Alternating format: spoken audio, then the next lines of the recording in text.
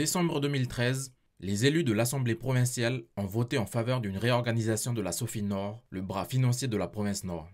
Il s'agissait pour la collectivité d'optimiser le retour de la richesse créée par la valorisation de la ressource minière. Depuis cette date, l'activité minière et métallurgique a été séparée de l'ensemble des activités de diversification, donnant ainsi naissance à la SEM Nord Avenir, dont le capital s'élevait à la date du 31 décembre 2015 à 9 milliards, détenu à 85% par la province Nord. Les 15% restants sont répartis entre 4 sociétés d'économie mixte locales et des actionnaires privés. L'objectif de la SEM Nord Avenir est de soutenir les initiatives locales avec pour axe le rééquilibrage économique conformément aux orientations des accords de Matignon-Oudinot et de l'accord de Nouméa. Sa qualité de holding lui donne la faculté en tant que société mère de détenir des parts ou actions d'autres sociétés. Elle peut assumer plusieurs rôles tels que la gestion des participations, acquisition de titres, cession de titres, l'octroi de prêts aux filiales, la fourniture de prestations de services auprès des filiales, par exemple dans la gestion de la comptabilité, l'administration, le juridique, etc.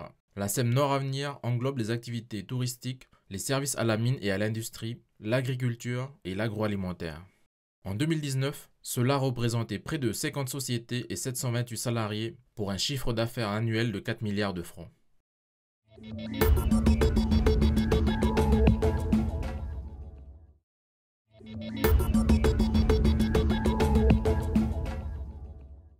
Sur ce panneau figure le résultat d'une année de recensement dans les archives de la commune de Vaud, du territoire et parfois même dans des cimetières. Des noms de familles européennes et vietnamiennes dont les membres sont venus s'installer dans la commune pour travailler le café. Des noms qui ont perpétué et que l'on retrouve encore de nos jours grâce aux femmes de ces familles. Nous, on a une maman, hein, et c'est elle qui nous fait le lien. Entre les familles, etc. Et puis tout, voilà. Et dans l'histoire du café, les femmes, elles étaient très présentes dans les récoltes du café, dans les champs, etc. Et puis tout. Pour faciliter la compréhension de ce panneau, un code couleur a été imaginé pour les visiteurs. Et pour expliquer un petit peu, voilà, ce qu'on a voulu aussi bien montrer, vous voyez le nom de la famille, en vert c'est la femme et en rouge c'est les hommes. Donc un homme Moutry, c'est un homme qui était marié avec une fille Baronnet. Voilà, fille Macam avec un homme Desplanques. Voilà, c'est des liens. Ce travail n'est pour l'instant qu'un premier jet. L'équipe de l'écomusée doit encore travailler pour inclure les autres communautés. Et elle compte également sur la participation de la population de Vaud pour étoffer l'arbre généalogique de la commune. Le plus intéressant, je dirais, c'est d'ici quelques temps, ça va être les liens qu'il va y avoir entre les différentes, on va dire, ethnies, si on peut dire comme ça, et ben, le métissage qu'il va y avoir. Voilà. Parce que ces petits liens-là, ben, on va vite s'apercevoir que Européens, Vietnamiens, Japonais, etc., Kanak, tout ça, ça va se croiser. C'est ça le métissage du pays.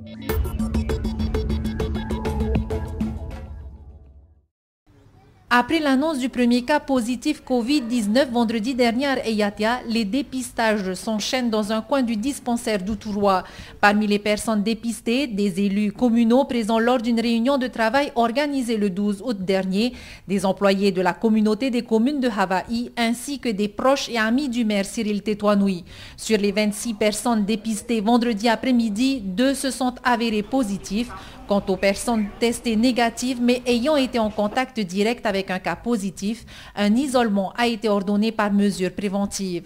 Parmi les 2 cas positifs, un cadre de la direction de l'agriculture de Outourois, les autorités sanitaires ont ordonné la fermeture du service jusqu'à nouvel ordre.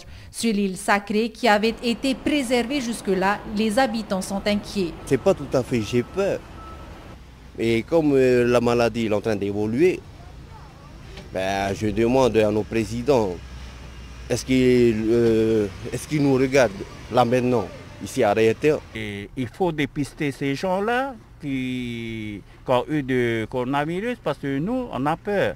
Et donc, j'ai demandé aussi que le Tamana, il faut qu'ils arrêtent les voiliers qui viennent chez nous en face du Moutou. Eux, ils ne sont pas d'ici, ils viennent des gens directs de France, Nouvelle-Zélande, qui viennent sur terre, qui n'ont pas de max. Alors c'est craint, on craint tout ça. Et moi, je ne sers pas les gens qui n'ont pas de max chez moi dans mon petit magasin. D'autres dépistages sont en cours. 50 ont été réalisés depuis le premier cas positif. Les autorités rappellent que l'application des gestes barrières reste la meilleure manière d'éviter la propagation du virus. Jessica Doucet-Touahou pour Tahiti Nui Télévision. C'était un document attendu et particulièrement par les indépendantistes. Dans une page recto verso, l'État précise les implications de la consultation du 4 octobre prochain. Avant de se projeter en cas de oui et de non, l'État rappelle qu'il est chargé d'organiser cette consultation et garant de sa sincérité, de sa loyauté et surtout de sa neutralité dans ce processus.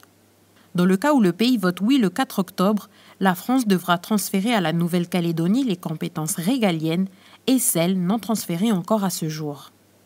Une nouvelle organisation qui ne serait pas effective au lendemain du référendum, mais lors d'une période de transition choisie par les deux parties, dans un accord comprenant également les modalités de ces transferts. Les mécanismes actuels des financements de l'État deviendront ainsi caducs, étant donné qu'ils sont régis par l'accord de Nouméa. À l'issue de cette période, à une date qui sera choisie par la France et le pays, une loi française marquera la fin de l'appartenance de la Nouvelle-Calédonie à l'ensemble français. De leur côté, les autorités du nouvel État procéderont donc à une déclaration unilatérale d'indépendance sur la scène internationale. Le pays sera ainsi reconnu par les autres États et sera à même de signer des accords de coopération, des traités ou des conventions avec d'autres pays. Dès lors, le nouvel État devra également organiser la citoyenneté en nationalité et déterminer les critères permettant de l'avoir ou de l'obtenir. Dans l'hypothèse où le non l'emporterait le 4 octobre, la Nouvelle-Calédonie resterait régie par l'accord de Nouméa comme elle est actuellement. Un troisième référendum pourrait être organisé à la demande d'un tiers des membres du Congrès. De manière générale, ce document n'apporte rien de nouveau. Ces éléments figuraient déjà dans le document publié par l'État en 2018. C'est bon, je l'ai fait ce matin. Comme chaque jour à l'antenne médico-psychologique AOE, Christine Khouaizé fait le point avec Mado, sa jeune secrétaire. Si au départ être psychologue n'était pas vraiment sa vocation, Christine a appris à aimer ce métier durant ses années d'études à Toulouse. J'ai découvert ce que c'était que la psychologie. Mais j'avoue qu'au début, c'était très très lourd. Mais j'ai appris grâce à mes professeurs de Toulouse, grâce à eux, à leur pédagogie, la manière de me faire découvrir la psychologie et l'intérêt que ça pouvait apporter et pour moi et pour le pays. Je me suis dit, on en a besoin de psychologues au pays, donc je n'ai pas le droit d'échouer, il faut que je réussisse. Après avoir obtenu le titre de psychologue en 2001, la jeune spécialiste a d'abord travaillé sur la Grande Terre, puis à l'IFU. L'année dernière, elle se lance avec ses collègues dans l'élaboration d'un lexique en langue. Pour moi, ça allait de soi qu'on apprenne la langue des patients.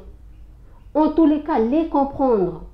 D'où l'idée de trouver les concepts du milieu occidental, des termes médicaux du milieu occidental en langue djihu, en langue yaï, en langue ningone, en langue pachi, en langue chimoui, qu'on passe par la langue.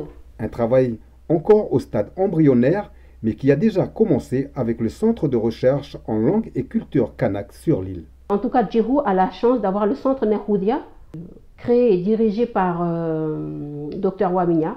Grâce à lui, on a pu élaborer déjà un premier travail, si vous voulez, sur les concepts de la psychopathologie chez nous.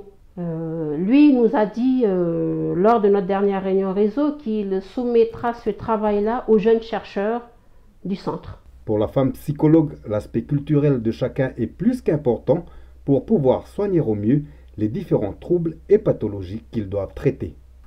Ce qui est important, c'est la transmission de nos valeurs, des histoires.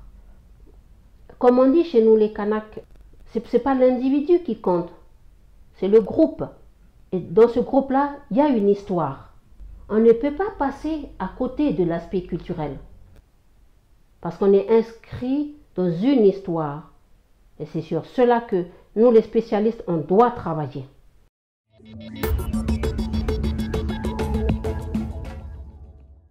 109 travailleurs en situation de handicap a participé à ce projet. Financé par le gouvernement, ce projet a été initié pour mettre en avant leur talent caché en art. Derrière tout ce projet, il y a des objectifs, donc des objectifs d'insertion, la confiance en soi, création, imagination, il y a la minutie, le respect du cadre. Donc oui, on a observé qu'il y avait des acquis, mais à travers chaque objectif, il y a de l'insertion travaillée. Jessica est originaire de Moindou. Elle est en accueil de jour au Centre de la Foi depuis 2015. Depuis son entrée à l'ASH, le centre travaille sur les acquis qu'elle avait déjà au travers différents projets. Pour Jessica, le graphe est un monde aux multiples couleurs. Ça se passe avec plein de couleurs, beaucoup de monde, beaucoup de surfaces à travailler, des modèles préalablement dessinés par nous-mêmes. Chacun propose un projet.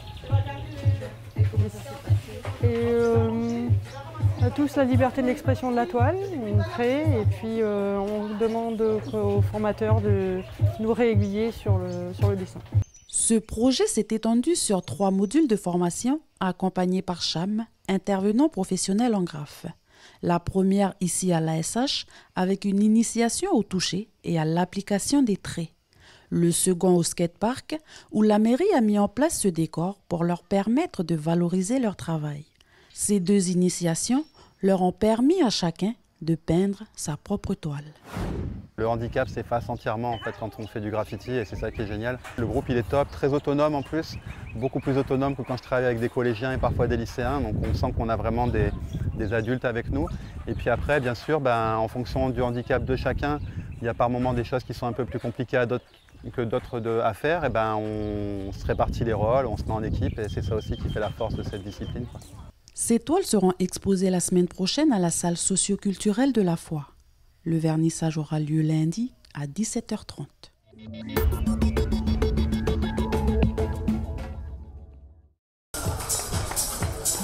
robe aussi qui a été recyclée avec un chemin de table et le bas en pouf.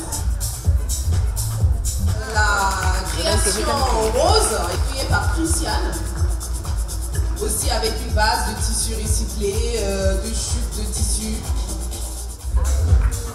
Les jardins du Médipôle se transforment en podium de défilés de mode. À l'occasion du mois du patrimoine, le travail des couturières est mis à l'honneur.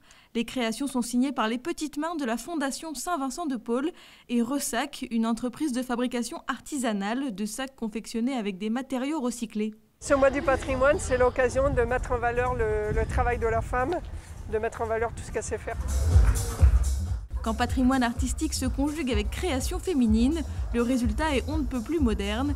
La protection de l'environnement est au cœur des préoccupations des créatrices. On intervient, oui, la femme, dans tout ce qui est le recyclage, la récupération, le réemploi. Jetons le moins possible, réutilisons, faisons des belles choses. On a des artistes sur le territoire et on peut transformer tellement de choses. Donc c'est une création de Red Claude, donc le haut en fait c'est un ancien t-shirt. Plusieurs de ces tenues customisées sont à retrouver sur les portants de la Fondation Saint-Vincent de Paul.